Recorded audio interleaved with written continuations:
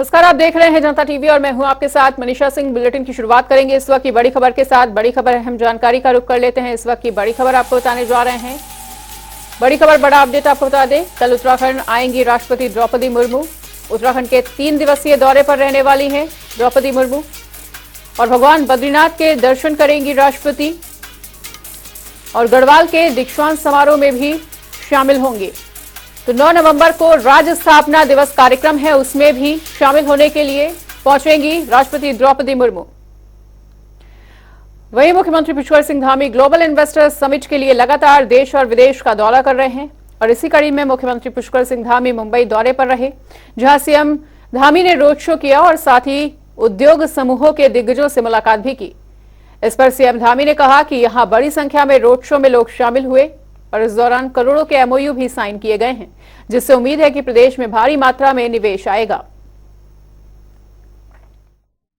मुंबई में, चूंकि मुंबई देश की आर्थिक राजधानी है और उत्तराखंड और मुंबई दोनों, जैसे उत्तराखंड आध्यात्मिक राजधानी है तो मुंबई अर्थ जगत की राजधानी है। यहाँ पर लोगों में बड़ा उत्साह है और बड़ी संख्या में आज रोड शो में भी लोगों ने भाग लिया और B2G मीटिंगों में भी बड़ी संख्या में लोग आए हैं। आज यहाँ पर बहुत सारे हमारे साथ करार भी हुए हैं और बड़ा उत्साहित करने वाला यहाँ के लोगों का जो व्यवहार रहा है, लोगों ने जिस प्रकार की भागीदारी की है, निश्चित रूप से हमारे यहाँ उत्तराखंड में बड़ा इन्वेस्टमेंट मुंबई महाराष्ट्र से भी आएगा। कांग्रेस नेता राहुल गांधी केदारनाथ धाम पहुंचे और इस दौरान राहुल गांधी ने केदारनाथ के दर्शन के लिए आए हुए श्रद्धालुओं से भी गर्मजोशी से मुलाकात की। इसके साथ ही राहुल गांधी भगवान केदारनाथ की शाम में होने वाली आरती में भी शामिल हुए और केदारनाथ धाम में पूजा अर्चना करने के बाद उन्होंने लोगों के साथ वक्त भी बिताया और चाय का लुत्फ भी उठाया। इस दौरान वो लोगों को चाय भी बांटते हुए नजर आए और आज राहुल गांधी भैरव मंदिर के दर्शन के लिए पहुंचे हुए थे। वहीं राहुल की केदारनाथ यात्रा पर भाजपा राहुल गांधी के सॉफ्ट हिंदुत्व की बात कर रही है, जिस पर कांग्रेस प्रदेश प्रवक्ता शीशपाल सिंह बिष्ट ने पलटवार किया है और उन्होंने कहा कि राहुल गांधी का ये दौरा कोई पॉलिटिकल दौरा नहीं है, बल्कि हिंदू होने के कारण वो केदारनाथ मंदिर का दर्शन करने के लिए पहुंचे हैं और श्रद्धालुओं के बीच पहुंचकर जितनी सामर्थ्य है उतना सेवा करने का प्रयास कर रहे हैं।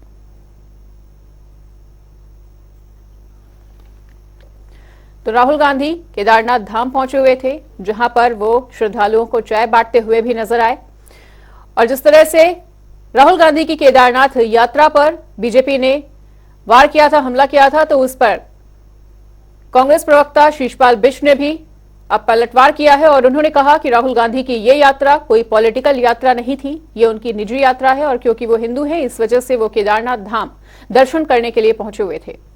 उनका जितना सामर्थ्य है उन्होंने उतना सेवा करने का प्रयास भी किया और लोगों को चाय बांटते हुए भी नजर आए राहुल गांधी। तो बाबा केदारनाथ के दर्शन करने के लिए राहुल गांधी उत्तराखंड पहुंचे हुए हैं और केदारनाथ में राहुल का एक अलग अंदाज भी देखने को मिला। आप तस्वीरों में भी देख सकते हैं कि किस तरह से गर्मजोशी से मुलाकात करते हुए राहुल गांधी नजर आ रहे हैं श्रद्धालुओं के साथ और श्रद्धालुओं को चाय बांटते हुए खुद भी चाय का लुत्फ उठाते हुए राहुल गांधी नजर आए।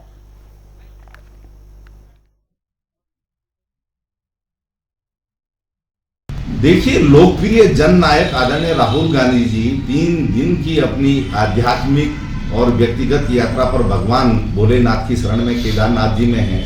वहाँ वो देश की खुशहाली के लिए प्रार्थना भगवान से कर रहे हैं और इसमें किसी को कोई दिक्कत नहीं होनी चाहिए। राहुल गांधी जी की सादगी से पूरी दुनिया परिचित है। जिस उदारता के साथ वो सभी वहाँ पर आने वाले श्रद्धालुओं के साथ, पंडित पुरोहितों के साथ मिल रहे हैं, अपने हाथों से उनको चाय पिला रहे हैं, ये जो भी सेवा उनसे बंद पड़ रही है वो वहाँ पर करने का प्रयास कर रहे हैं और कार्यकर्ताओं से आग्रह किया गया है कि उनको जो आध्यात्मिक उद्देश्य के लिए वो आए उसमें खलल ना डालें, वो कांग्रेस जनों से नहीं मिल रहे हैं। और जहाँ तक आप बड़े नेताओं से मिलने की बात कह रहे हैं, वो बड़े नेता संगठन के निर्देश पर ही वहाँ पर हैं, क्योंकि राहुल गांधी जी की व्यवस्थाओं को देखने के लिए भी कोई वहां पर होना चाहिए था, लेकिन राहुल गांधी जी व्यक्तिगत तौर पर आध्यात्मिक उद्देश्य के लिए आए हैं, आध्यात्मिक यात्रा पे हैं, उनका कोई राजनीतिक उद्देश्य वहां नहीं है।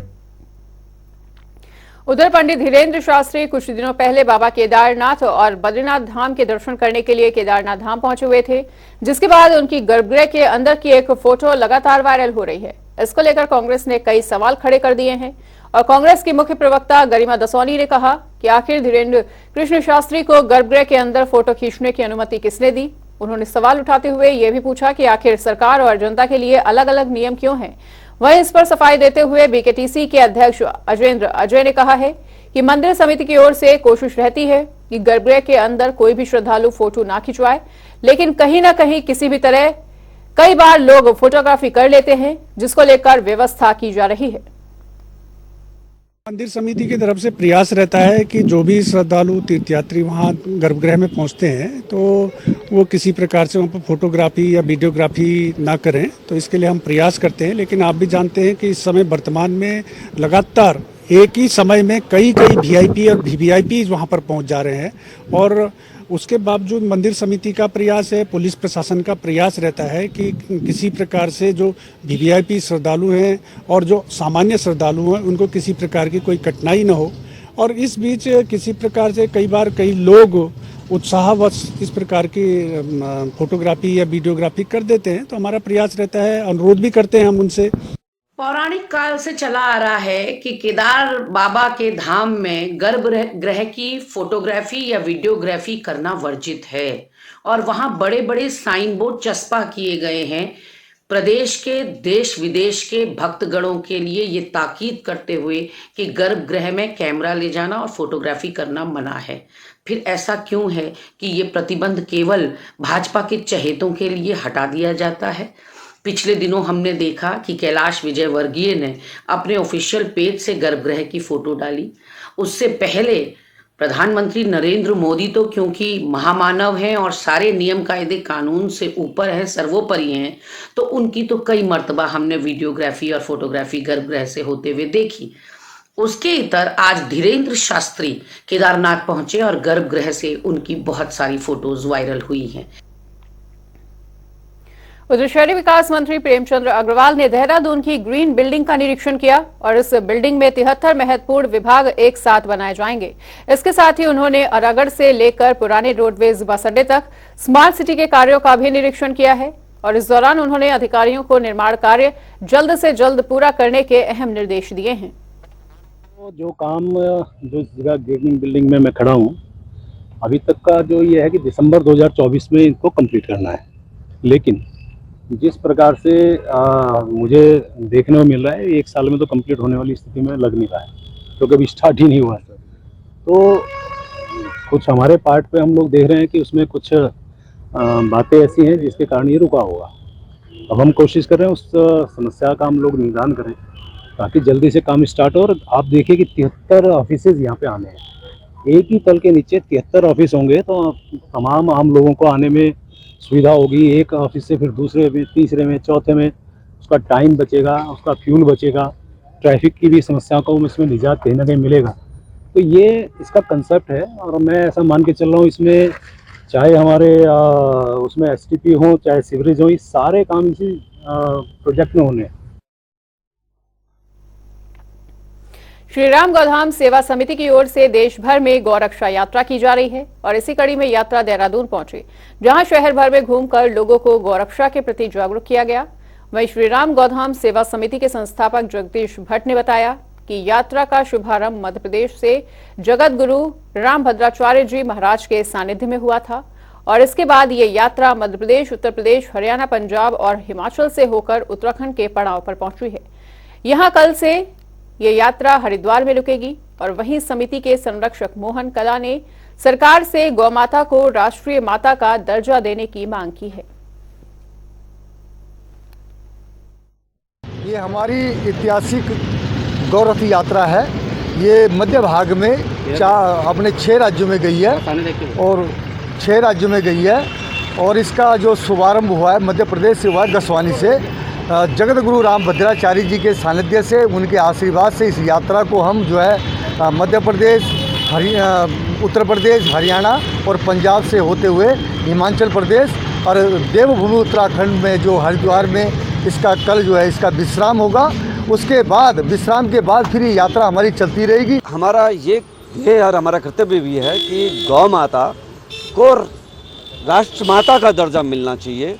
उसके लिए हमारी गुहार है, हमारी प्रार्थना है और निवेदन है सरकार से कि गौ माता को राष्ट्रमाता घोषित किया जाए, क्योंकि जिस तरह से आज गौ माता की स्थिति हमारे भारत में बनी हुई है बहुत ही दयनीय है, और यही हमारी पुकार है। और 20 तारीख नवंबर को रामलीला मैदान दिल्ली में एक बहुत बड़ी जनसभा होने वाली है। उस दिन गौअष्टमी भी है और हमारी सरकार। उत्तराखंड संस्कृत विश्वविद्यालय का छात्र निर्मल थुवाल निर्विरोध रूप से छात्र संघ के अध्यक्ष के रूप में चुना गया है और 7 तारीख को होने वाले चुनाव से पहले ही सभी छात्रों और एबीवीपी संगठन की सहमति से अध्यक्ष पद पर निर्मल धुवाल निर्विरोध चुना गया। वहीं निर्मल धुवाल इसके लिए सभी छात्रों का धन्यवाद करता हुआ भी नजर आया। विद्यालय में छात्र संघ के चुनाव होने वाले थे और जिसका आज 5 तारीख को नामांकन वापसी का दिन था, जिसमें हम महासचिव चुने गए हैं। और ये यहाँ जो नामांकन प्रक्रिया चल रही थी उसको वापस लेकर निर्विरोध चुनाव कराया गया है। मैंने 4 नवंबर 2023 को अध्यक्ष पद हेतु नामांकन पत्र भरा हुआ था। 5 नवंबर 2023 को यहाँ निर्वाचन द्वारा दिए गए पत्रों को निरस्त किया जाना था तथा इस प्रक्रिया में को 1 बजे तक कोई सूचना प्राप्त नहीं हुई तथा छात्रों द्वारा और एबीवीपी संगठन द्वारा मुझे जो समर्थन प्राप्त हुआ उसके द्वारा मैं निर्विरोध रूप से यहाँ पर अध्यक्ष पद हेतु मेरा चयन हो गया। वहीं हल्द्वानी में छात्र संघ चुनाव की अराजकता को देखते हुए इस बार पुलिस प्रशासन ने बड़े कदम उठाए हैं और पुलिस ने पहली बार छात्र संघ चुनाव में रैपिड एक्शन फोर्स लगाई है। इसके अलावा पीएसी और आईआरबी के साथ ही भारी मात्रा में जिले का पुलिस फोर्स भी तैनात किया गया है और इस पर क्षेत्रीय अधिकारी भूपेंद्र सिंह धोनी ने कहा कि शांतिपूर्ण और निष्पक्ष छात्र संघ चुनाव कराने के लिए पुलिस पूर्ण रूप से मुस्तैद रहेगी। इसके अलावा नैनीताल हाईवे में कॉलेज के पास तिकोनिया से ट्रैफिक डायवर्ट किया जाएगा और छात्र संघ चुनाव में मतगणना के बाद किसी भी प्रत्याशी के विजय जुलूस निकालने पर पूरी तरह से प्रतिबंध लगाया गया है। जो चुनाव यहाँ हो रहा है सारे ड्यूटी पॉइंट लगा लिए गए हैं, भारी मात्रा में पुलिस बल लगाया हुआ है। जो स्थान हमने चिन्हित किए हैं वो 0 जोन रहेगा और जो भी चुनाव चल रहा है अगर किसी ने अराजकता करने की कोशिश करी तो उसके खिलाफ ठोस कार्रवाई कराएंगे। दृढ़ संकल्प है कि चुनाव हम लोग निष्पक्ष रूप से और ईमानदारी के साथ में संपादित कराएंगे।